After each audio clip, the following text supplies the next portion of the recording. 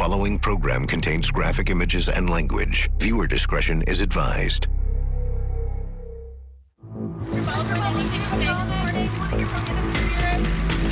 Santa Fe 911, what's the location of your emergency? We need an ambulance out at Bonanza Creek Ranch right now. We've got 2 people shot on a movie set. 2 people accidentally shot by a prop gun. For that specific shot, it was literally supposed to be the gun being pulled out sideways. He was in communication with Miss Hutchins, and then he drew it again, and it went off. Deep breath, Halyna. Oh, she said, I can't feel my legs. Alec Baldwin was the actor on set that pulled the trigger. Just because it's an accident doesn't mean that it's not criminal. She was my friend. She was my friend. I'm the armor. Or at least I was. One more. Alec is not exactly known worldwide for his even temperament. We should have had 2 guns and both were reloading. I never took a gun and pointed at somebody and clicked the thing. We're not asking you to be an armor, not asking you to be an expert in firearms. Just asking you to be safe and use common sense. I kind of paced back and forth, wringing my hands, thinking, what do I do? There is no way for the court to right this wrong.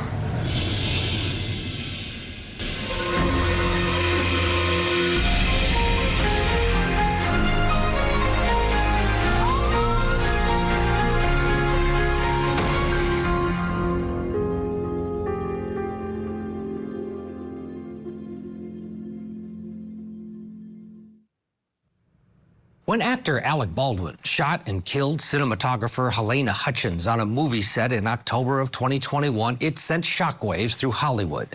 His criminal trial, which took place almost 3 years later, would end up sending shockwaves through the legal community, ending in dramatic fashion in Santa Fe, New Mexico, the same place where he was filming the movie Rust. I'm Ted Rowlands, and this is Victim to Verdict, the prosecution of Alec Baldwin. Mark. Set, ready, and action.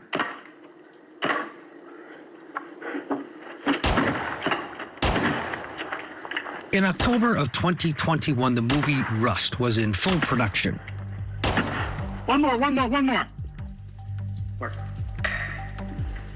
Rust is a Western. The lead actor, Alec Baldwin, playing the role of Harland Rust. Rust? Rust is the story about a young kid in Kansas who accidentally shoots and kills a farmer, and he is sentenced to hang. Got a little fight too. Come on, little piggy. The story goes on that his grandfather finds his grandson, helps him escape from prison, and they're on the run. No!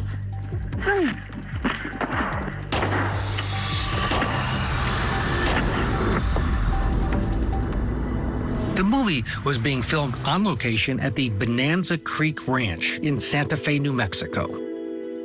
New Mexico is a haven for filmmaking. It's been one of the most desirable places for landscapes and the tax incentives, of course, but it's so beautifully picturesque.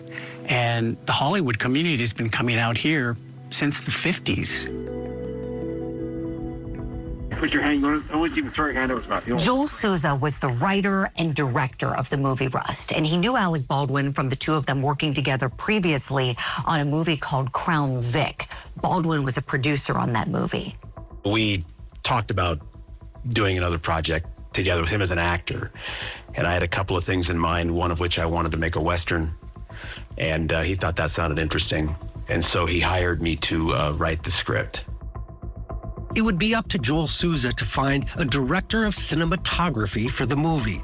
One of the candidates was a 42-year-old woman by the name of Halyna Hutchins. In the back of my mind, I thought, this woman's going to win an Oscar someday for Best Cinematographer. I have DPs that I work with, and I think this guy's good, and she's good, and things like that. But then there's a few that you see that, like, this person has talent. This person has what it takes to succeed. And I saw that in Halyna. She was a woman who was just in love with movies and movie making. She grew up on a Soviet military base where there wasn't much to do but watch movies. So she fell in love with movies at a young age, came over here, was really making a name for herself as a cinematographer. Between her work and her, her background, I think she was kind of a no-brainer to me. I asked the producers told them that's who I wanted. Please don't botch the deal, and because she's great. We met for coffee, and it was about a week and a half or so before she went out to New Mexico for the pre-production work on Rust. Rust was all consuming for her. This was everything that she was thinking about, and what her entire brain power was, already digging into the shots that she wanted to get, and how she wanted the film to look, and how excited she was for the project. Once the movie is greenlit, Rust Movie Productions is brought on as the umbrella company. At some point, the armor is hired. We should have 2 guns, and both were reloading. I'd read portions of the script, and I knew that other people had turned it down based upon how much gunfire there was in it, how many props were in it, because they were asking me to be the prop master and the armor. So I told them in the conference call I would not be the prop master on the show, that I'd be more than happy to do the armor. I was available to be the armor, and I had the time for it, and I knew that if I was the armor, that we could do the show very safely, and that's what I told them. The position of armorer ended up going to an industry newcomer, 24-year-old Hannah Gutierrez-Reed. Hannah's father is Thel Reed. He is a Hollywood legend. He's not only an armorer, he's also a stuntman and an exhibition shooter, which is really what made him famous. Another person brought on to the production, someone with decades of experience, was First Assistant Director David Halls. First Assistant Director David Halls is hired. He's got a lot of experience, decades. He's been on dozens and dozens of sets involving firearms. The first AD is like the wedding planner for a movie. And one of the most important jobs that the first AD has is the safety of the cast and the crew and everybody that's there on set. Specifically in this type of situation where you have firearms on set, it's the first AD's responsibility to make sure that all the checks are done. By early October of 2021, production of the film was underway, but there were early signs of trouble on the set. Several members of the crew were already upset with the safety conditions and upset with Hannah Gutierrez-Reed in particular. There had been 2 accidental discharges, one of them involving Alec Baldwin's stunt double. Hannah was prepping the stunt double in the cabin, unannounced to any of us outside the cabin. That firearm was discharged. Coming up. Deep breath, Halyna. She said, I can't feel my legs. It felt like somebody had taken a baseball bat to my shoulder. I got one of the little alerts on my phone. I was like, oh, crap, that's the film that Halyna's on.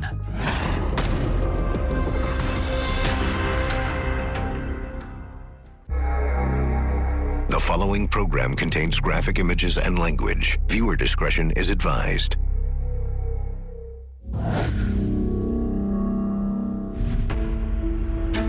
On October 21st, 2021, the movie Rust had been in production for a few weeks at the Bonanza Creek Ranch just outside Santa Fe, New Mexico.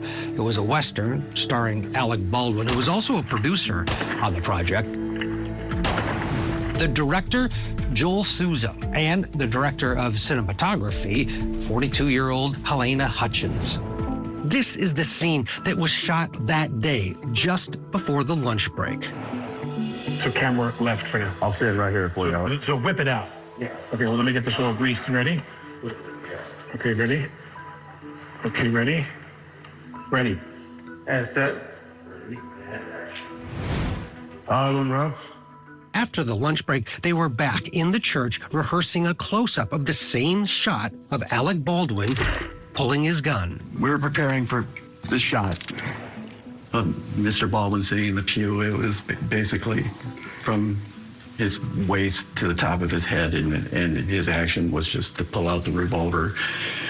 And in the story, he's pointing the revolver at 2 U.S. Marshals that have come into the church. Alden Russ. For that specific shot, it was literally just supposed to be the gun being pulled out sideways. He was pulling it out. I'm sure he was getting used to that action. He was in communication with Miss Hutchins about where to point the gun. And then he drew it again, and it went off. Status 911, what's the location of your emergency? We need an ambulance out at Bonanza Creek Ranch right now. We've got 2 people shot on a movie set accidentally. Just advise them that to put all the weapons away. It in wasn't actually with them, but they sounded like they had a medic on scene and were trying to deal with that person arrest.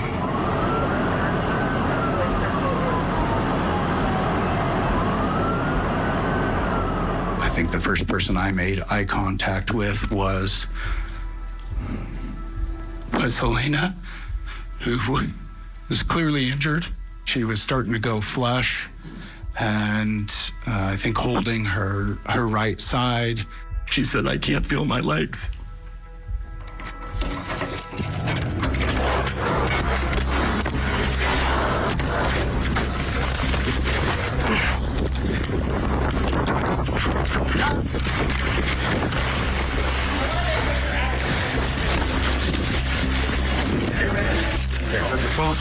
Oh, wait, we need what do you got? A seal. You have a seal? A seal? Yeah. Yeah, keep the out your I got a sterile glove, the knocking gloves. Okay. Yeah. What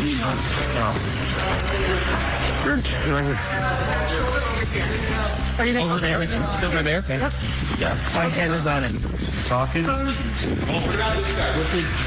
Where's that? Right shoulder. We're gonna get you up. First, she shot her. She came in here and went across her chest. Okay. You want air flight? Yeah, Rio went in route. Okay.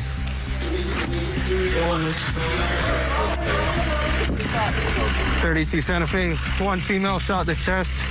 Male shot in the stomach.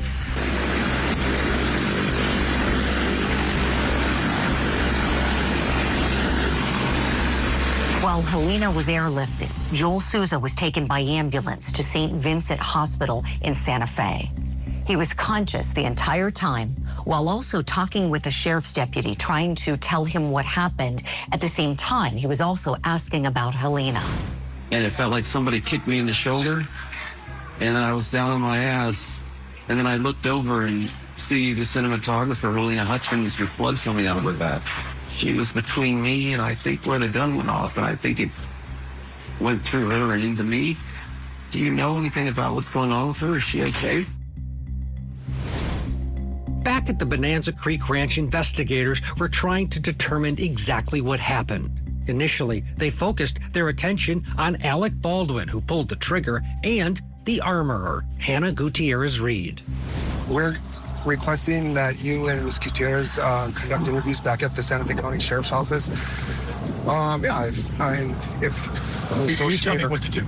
Okay. You tell me what to do. We would appreciate that, and then we'll... When do you want me to do that? We're going to probably go right now. Okay. What is your full name? Hannah. Hannah H. Gutierrez. I'm the armorer. Or at least I was. They end up taking both Alec Baldwin and Hannah Gutierrez-Reed down to the sheriff's department to do formal interviews. The interview was 1 hour and 13 minutes long with Alec Baldwin. And at the very end, the lead detective tells him that Halyna Hutchins has died. I do have some very unfortunate news to tell you. She didn't make it. No. Yeah. Well, it drove stuff the hospital. Sorry. I got one of the little alerts on my phone, the little news alerts, and it was from the Hollywood Reporter, and I was like, oh, crap, that's the film that Halyna's on. And then several hours later was when the news updated and said that it was her that had gotten shot and that she didn't make it. Coming up. This has been surely the worst situation I've ever been involved with. Alec is not exactly known worldwide for his even temperament.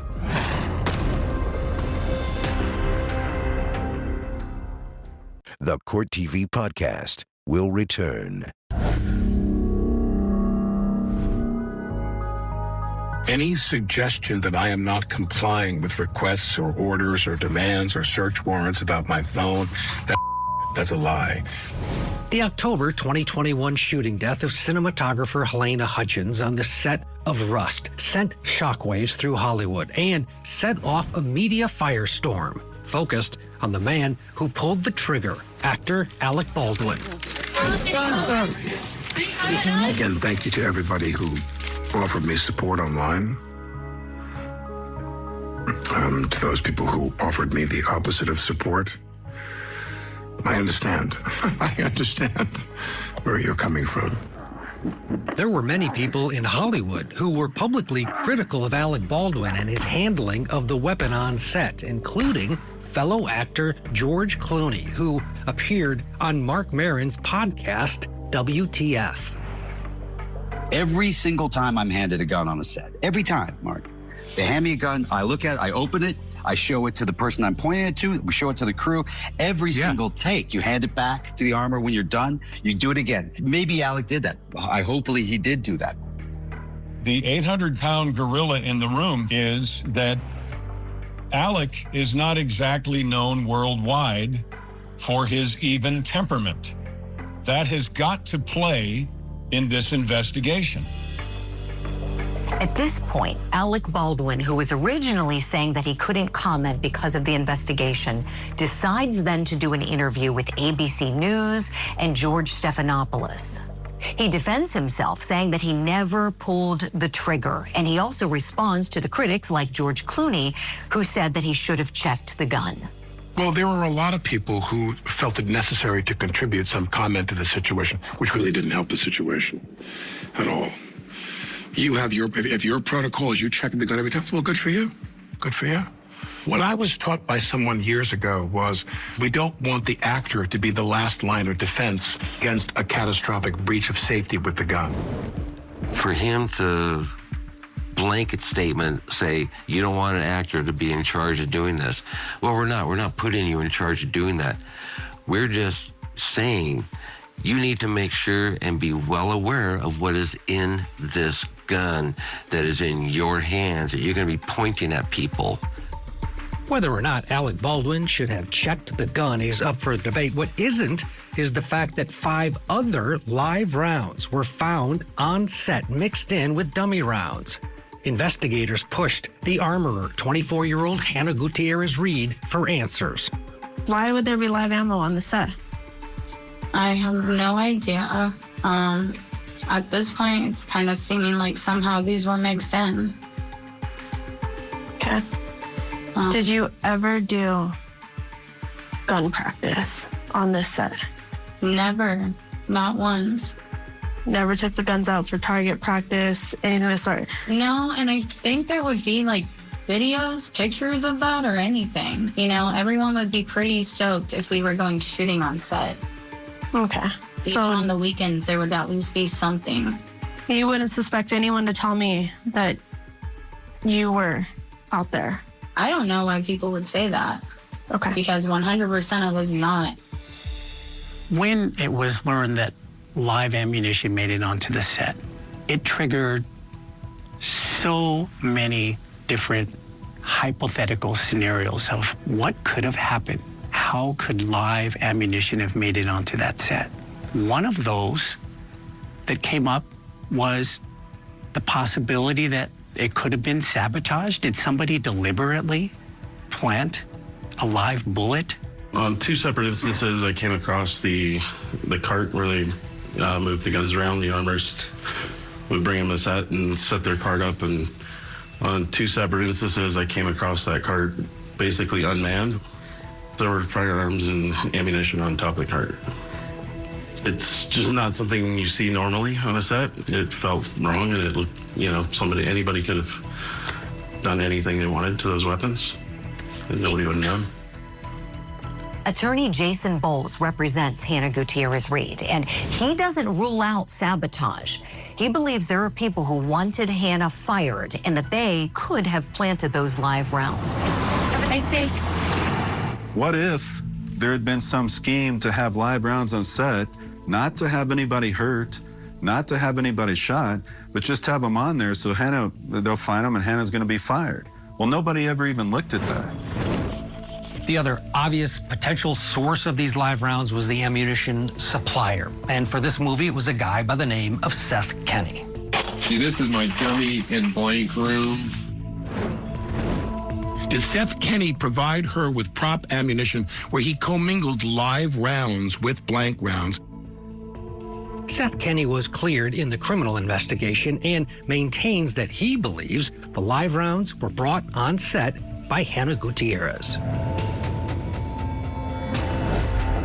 Coming up, Alec Baldwin claims he didn't pull the trigger when he pointed the gun at Halyna Hutchins. I never once said, never, that the gun went off in my hand automatically. Pretty good chance that he pulled the trigger, subconsciously we'll say.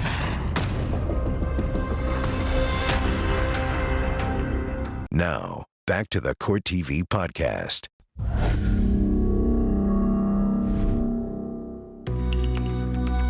I want to ensure the victims, their families, and the public that we are conducting a thorough and objective investigation. In the weeks and months after the Rust movie shooting, the focus on the investigation was centered on three people. The armorer, 24-year-old Hannah Gutierrez-Reed, assistant director David Halls, and actor Alec Baldwin, who was maintaining in interviews, including the one that he did with ABC's George Stephanopoulos, that he didn't pull the trigger when he shot and killed Halyna Hutchins. It wasn't in the script for the trigger to be pulled. Well, the trigger wasn't pulled. I didn't pull the trigger. So you never pulled the trigger? No. I would never point a gun at anyone and pull a trigger at them, never. As expected, criminal charges were filed against Hannah Gutierrez and David Halls. Prosecutors also decided to charge Alec Baldwin with involuntary manslaughter. Every person that handles a gun has a duty to make sure that if they are going to handle that gun, point it at someone and pull the trigger, that it is not going to fire a projectile and kill someone. An actor doesn't get a free pass just because they're an actor. I never once said, never, that the gun went off in my hand automatically. I always said I pulled the hammer back, and I pulled it back as far as I could. I never took a gun and pointed at somebody and clicked the thing. The FBI tested the gun and determined that the trigger was, in fact, likely pulled by Alec Baldwin. Armorer Scott Rasmussen, who interviewed for the Rust job, showed us why, to him, Baldwin's account that he only pulled the hammer back doesn't make sense. So if you pull the hammer back and it's not going to fire by itself, and if you take a mallet, it's not going to fire until you pull the trigger. In that church scene that was filmed before lunch, there's video footage of it. Alec Baldwin seems to have his finger on the trigger, or at least it's right next to the trigger. And Scott says that could explain how the gun went off. It's almost hard not, if you have your finger there, it's almost hard not to pull it and pull the trigger, yeah. Mr. Halls, with respect to the only count in this criminal information, negligent use of a deadly weapon, unsafe handling, occurring on or about October 2021, in October 21st, 2021 in Santa Fe County, New Mexico.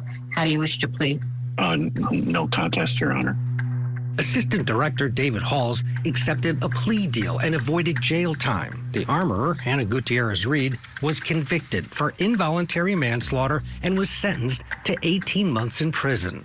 We find the defendant, Hannah Gutierrez, guilty of involuntary manslaughter as charged in count 1. Alec Baldwin was originally offered a deal that would have kept him out of prison. My understanding, I believe, was that lead special prosecutor had offered him a similar offer that had been extended to David Halls, but then that was withdrawn by the state, and then the case proceeded to trial. And my job was just, the way that I saw my job was to present the evidence to the jury and let the jury decide. Besides being the lead actor on Rust, Baldwin was also a producer, and prosecutors believed that he pushed the crew, specifically the young armorer, Hannah Gutierrez, to the point that it created an unsafe environment, which they believe contributed to the shooting. One more. I forgot the recoil stuff. No, right away. Let's reload. Here we go. We should have 2 guns and both were reloading. I tell them safety is my main concern. I'm going at a fast pace, but I'm not going so fast that I'm going to stumble or I'm going to forget a step. I will not allow them to push me that far.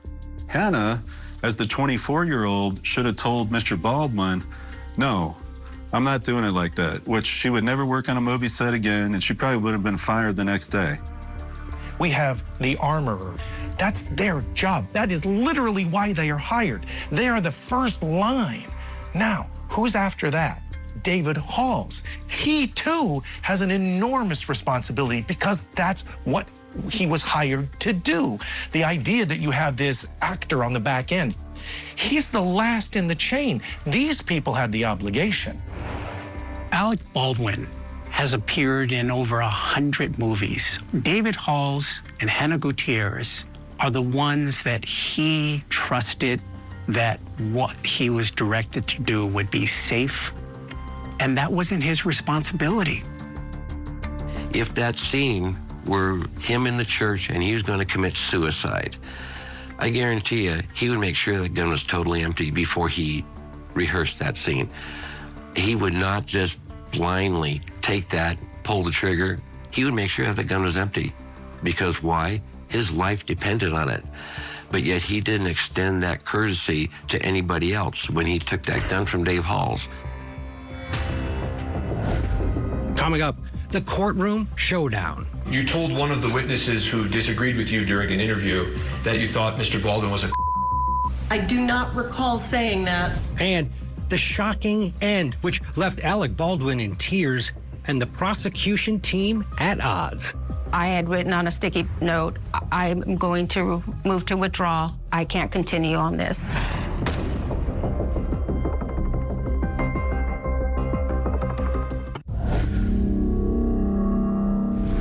Mr. Baldwin, anything to say this morning? Do you want to hear from Hannah Gutierrez? In July of 2024, with the world watching, Alec Baldwin went on trial in Santa Fe, New Mexico. Mrs. Baldwin, anything to say?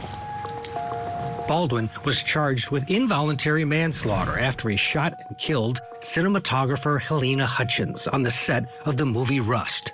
Special prosecutor Carrie Morrissey and attorney Erlinda Johnson were handling the case for the state of New Mexico. We were confident. I was confident. The way he handled the firearm on October 21st, which was essentially pointed at another person, cocked it, and pulled the trigger. So, which violated firearm safety rules of treating a firearm as though it's always loaded. It doesn't matter if it's a movie set. You are going to conclude and be convinced beyond a reasonable doubt that the only true and just verdict in this case, so that true justice can be served, is a verdict of guilty to involuntary manslaughter. Alec Baldwin had a team of attorneys led by Alex Spiro and Luke Nikas. This was an unspeakable tragedy, but Alec Baldwin committed no crime. He was an actor acting, playing the role of Harlan Rust. An actor playing a character can act in ways that are lethal, that just aren't lethal on a movie set. These cardinal rules, they're not cardinal rules on a movie set. And I don't have to tell you much more about this because you've all seen gunfights in movies. And the reason that can happen is because safety is ensured before the actor. In the gallery, Alec Baldwin's family, including his wife Hilaria and brother Stephen. And the tension in the courtroom, especially between the prosecutor, Carrie Morrissey, and the defense team, was extremely high.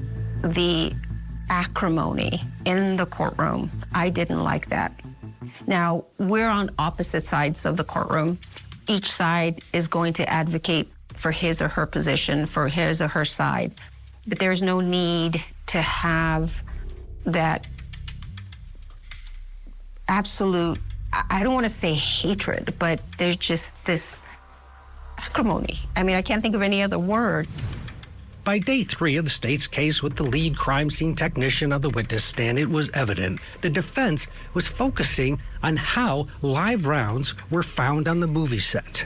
Was there any live ammunition on the plow truck? No.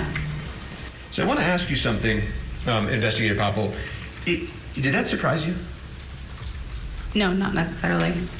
During cross-examination of the crime scene technician, Alex Spiro, the lead defense counsel, begins to focus on the ammunition. What prosecutors didn't know was that the defense had been tipped off before trial about this man. His name, Troy Teskey. Months before the trial, he had turned over some bullets to the Santa Fe County Sheriff's Department that he said were related to the Rust movie shooting. I don't want to questions. That's fair. That's fair. What do you guys think or not? Yeah, I don't care what you do. I just don't want to have it. Troy Teskey, who had been a good friend of the armorer's father, he traveled to Santa Fe and had brought some ammunition with him. And so then he proceeded to the Sheriff's Department to turn over this ammunition, representing that this was possible evidence that it may be related to rust. Troy Teskey's ammunition was taken in by investigators, but it was filed under a different case number intentionally, which now was a big problem. Teskey's in Santa Fe, sees what happens, shows up at the sheriff's office, as we heard from Ms. Popple, and delivers that live ammunition that Hancock had not preserved, that Ms. Morrissey had not collected. Troy Teskey is the one who turned in this evidence. The evidence was tagged in under a separate case number. The report was also under that separate case number. It had not been turned over to the defense. The question now was, because they had used a separate case number, had the state essentially withheld potential evidence from the defense? Prosecutor Carrie Morrissey downplayed the situation, telling the judge that she didn't believe the Troy Teskey ammunition had anything to do with the Rust shooting. I understand from the witnesses that the ammunition was sourced originally from Thelreed. It was sourced from Hannah's dad. It's not a match. Not only is it not a match when you look at it, it's not a match when you send it to the FBI and you ask them to conduct chemical testing. So this is a wild goose chase. Coming up, the judge wants to see the Teskey ammunition for herself. I kind of paced back and forth, wringing my hands, thinking, what do I do? Plus, a dramatic showdown as prosecutor Carrie Morrissey takes the witness stand trying to save her case. You don't like Mr. Baldwin very much, do you? And remembering cinematographer Halyna Hutchins. She was on this cusp of achieving what she set out to achieve.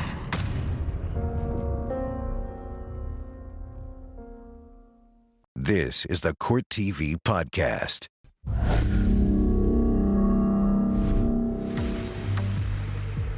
By the end of the first week of trial, the prosecution's case against actor Alec Baldwin was in jeopardy. The defense was accusing investigators and prosecutor Carrie Morrissey of essentially hiding evidence after ammunition brought to the Santa Fe County Sheriff's Office was not included in the Rust movie shooting case file. Prosecutor Morrissey claimed the ammunition was irrelevant, but Judge Mary Marlowe Summer wanted to see it for herself, ordering that the ammunition be brought in so that she could see one way or another if it resembled the bullet that killed cinematographer Halyna Hutchins. The judge orders the crime scene technician to open the bag and to begin removing the bullets by categories. And so they start being removed, and I noticed a lot of them did not look at all like the ammunition that was found on the set of Rust. However, 3 bullets were identical to the live ammunition that was found on the set of Rust. So at that point, the judge takes a break. 3 of the Teskey bullets that were intentionally filed under a different case number were indeed a match to the bullet that killed cinematographer Halyna Hutchins. This was clearly evidence the defense should have had before trial. Now, the judge and prosecutor Erlinda Johnson had to decide what to do next. Something in the pit of my stomach did not feel good. This just doesn't feel right. And you know when something just doesn't feel right, you feel disgusted. Everybody else headed to the courtroom. I went to the bathroom, and I kind of paced back and forth in the ladies' room, kind of wringing my hands, thinking, what do I do? Do I just walk out? Do I resign? This just doesn't feel right. At this point, Prosecutor Johnson says she had recommended that the state drop the case against Alec Baldwin, but lead prosecutor Carrie Morrissey wanted to continue. And so I walked out of the ladies' room, and at that point I thought, I'm out. I'm going to resign. So I sat down at counsel table. I had written on a sticky note, I'm going to move to withdraw. I can't continue on this. And so we asked to approach, and then that's when we asked to approach, I asked the judge to allow me to withdraw from the case. With her case crumbling on national television, prosecutor Carrie Morrissey decided to double down, taking the stand herself to try to explain away what happened. Are you calling yourself as a witness, or do you want Mr. Spiro to call you as a witness? It doesn't matter to me. How do you want to do it? Prosecutor Morrissey essentially argued that when the ammunition was logged under a different case number, it wasn't to hide evidence from the defense. It was because she believed it had nothing to do with the Rust shooting. Those rounds had never left Arizona. The filming of Rust was in the state of New Mexico. So ammunition that is in the state of Arizona that has never left Arizona did not strike me that it had significant evidentiary value. Then, and I will say, I believe I actually saw a photo of it. At that point in time, I was able to look at the ammunition myself, and it was visibly dissimilar than the rounds from the set of Rust. As a former prosecutor, I think about what it is to stand in a courtroom and believe what it is that you're arguing. But what happens when in the midst of that, as the entire world watches, you start to realize that it's dissolving underneath you, and she needs out. The problem is there's nowhere for her to go. And so she starts to simply lose it on national television. Then the gloves came off. Baldwin's attorney, Alec Spiro, went on the attack. You don't like Mr. Baldwin very much, do you? I actually really appreciate Mr. Baldwin's movies. I really appreciated the acting that he did on Saturday Night Live, and I really appreciate his politics. You told one of the witnesses who disagreed with you during an interview that you thought Mr. Baldwin was a I don't recall saying that. You called him an arrogant to another witness. I don't believe I did. I don't recall. Do you deny that? Without knowing what you're talking about, all I can tell you is that I can't respond if I don't know what you're talking about. With regard to the lead special prosecutor, there absolutely was a lot of acrimony between her and the defense team that was really, in my opinion, unnecessary. With Alec Baldwin and his family in tears, Judge Mary Marlowe Summer made her decision. The state's discovery violation has injected a needless, incurable delay into the instant jury trial. Dismissal with prejudice is warranted to ensure the integrity of the judicial system and the efficient administration of justice. Your motion to dismiss with prejudice is granted. Alec Baldwin was free to go. The judge ruled he could not be retried. This case was over. The unfortunate part is I don't think that she set out to hide this evidence from the defense intentionally. I think she sincerely believed this is immaterial, irrelevant to the Baldwin case. But I don't believe that that was a wise decision. No, we didn't. We did everything humanly possible to bring justice to Halyna and to her family, and we're proud of the work that we did. Again, we disagree with the court's decision, but we have to respect it. The decision of the court does not exonerate Alec Baldwin because it is not a decision on the merits of the prosecution's case and the evidence that they were going to present against Alec Baldwin. When I think about Halyna, I think about the potential that she had as an artist, as a cinematographer. I knew that she was going to go on to do great things. She had already accomplished really great things, and I knew that trajectory of hers was going to continue to go up. We lost a friend, and she was a wife and a mother and a daughter and a sister. Someone very special to everybody in our personal lives. I just hope that during all this, it doesn't get lost. The fantastic person that Halyna was. Nobody goes in to this expecting that they're gonna die or get seriously injured on set. If anything good comes out of the tragedy of Halyna's death, it's that we can phase out the use of real weapons on set so that this never happens again. The movie Rust was eventually finished. Halyna Hutchins' husband was named an executive producer, allowing the family to receive some of the net proceeds from the film. As for Alec Baldwin, because of the judge's ruling, he can never be retried in this case unless a court of appeals reverses the judge's decision. I'm Ted Rowlands. Thank you for watching Victim to Verdict.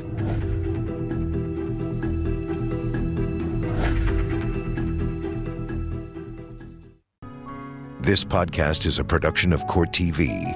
Go to CourtTV.com for more content, trials on demand, and to find out how to watch Court TV in your area.